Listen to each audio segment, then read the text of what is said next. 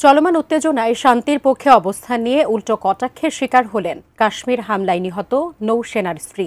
খোদ ভারতীয়রাই সন্ত্রাসী হামলায় শহীদের স্ত্রীকে নিয়ে সামাজিক যোগাযোগ মাধ্যমে করছেন তীর্যক মন্তব্য। ভারতীয়দের সহনশীলতার এমন অভাবে হতাশা প্রকাশ করেছে দেশটির সরকারি সংস্থাও। বিস্তারিত ইমতিয়াজ আলমের রিপোর্টে।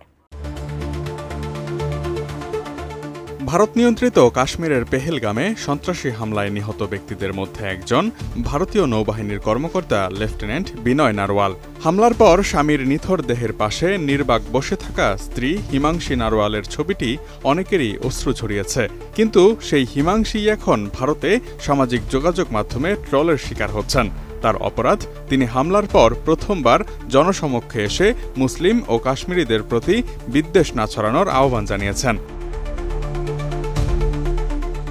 এ নিয়ে অবশ্য তার পাশে দাঁড়িয়েছে ভারতের জাতীয় নারী কমিশন। কমিশনের পক্ষ থেকে এক্সপোস্টে বলা হয়েছে, জম্মু ও কাশ্মীরের পেহেলগামে জঙ্গি হামলায় ২৬ জন প্রাণ হারিয়েছেন। লেফটেন্যান্ট বিনয় নারওয়ালকে তার ধর্ম জিজ্ঞাসা করে গুলি করে হত্যা করা হয়। এই ঘটনায় পুরো দেশ শোকাহত ও ক্ষুব্ধ। নিহত বিনয় নারওয়ালের স্ত্রী হিমাংশী নারওয়ালকে একটি মন্তব্যের জন্য সোশ্যাল মিডিয়ায় যেভাবে কটাক্ষ করা হচ্ছে তা অত্যন্ত নিন্দনীয় ও দুর্ভাগ্যজনক। কারো মতামতের বিরোধিতা করা যেতে পারে, তবে তারও একটি শালীনতা থাকা উচিত। বিশেষ করে সাংবিধানিক সীমা মেনে চলাটা খুবই জরুরি। নারী কমিশনের চেয়ারপারসন বিজয়া রাহাতকর পৃথকভাবে এক্সপোস্টের মাধ্যমে জানান, হিমাংশী নারওয়ালের বক্তব্য কারো অপছন্দ হতেই পারে, কিন্তু তাই বলে তাকে ব্যক্তিগত আক্রমণ করা হবে এটি মোটেও ঠিক নয়। বিনয় ও হিমাংশী নারওয়াল কিছুদিন আগেই বিবাহবন্ধনে আবদ্ধ হয়েছিলেন। তারা কাশ্মীরে মূলত মধুচন্দ্রিমায় বেড়াতে গিয়েছিলেন। সেখানেই গত ২২ এপ্রিল সন্ত্রাসী হামলায় নিহত হন ২৬ বছর বয়সী ওই নৌ কর্মকর্তা। হামলায় আরও ২৫ জনের মৃত্যু হয়, যাদের মধ্যে ছিলেন একজন নেপালি নাগরিকও। টানা সপ্তমবারের মতো বেস্ট টিস্যু পেপার ব্র্যান্ড হিসেবে স্বীকৃতি পেয়েছে বসুন্ধরা টিস্যু।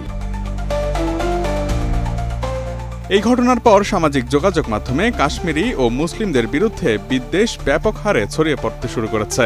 এরই জেরে সব পক্ষকে শান্ত থাকার আহ্বান জানান হিমাংশী।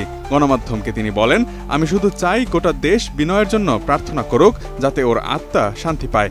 কাশ্মীরি ও মুসলিমদের বিরুদ্ধে যেভাবে ঘৃণা বাড়ছে তা আমরা চাই না, আমরা চাই শুধু শান্তি। এই বক্তব্যের পর থেকেই সোশ্যাল মিডিয়ায় তাকে উদ্দেশ্য করে শুরু হয় কটাক্ষ ও ব্যক্তিগত আক্রমণ। কেউ কেউ তার ব্যক্তি জীবন নিয়েও কুরুচিকর মন্তব্য করতে শুরু করেন।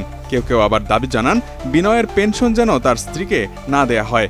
তবে নারী কমিশনের পাশাপাশি এই ট্রলিংয়ের বিরুদ্ধে সরব প্রতিবাদ জানিয়েছেন আরও অনেকে। কর্তৃপক্ষকে এর বিরুদ্ধে যথাযথ ব্যবস্থা নেয়ার অনুরোধও জানিয়েছেন তারা। Imtiaz Alam, desk report, ATN news.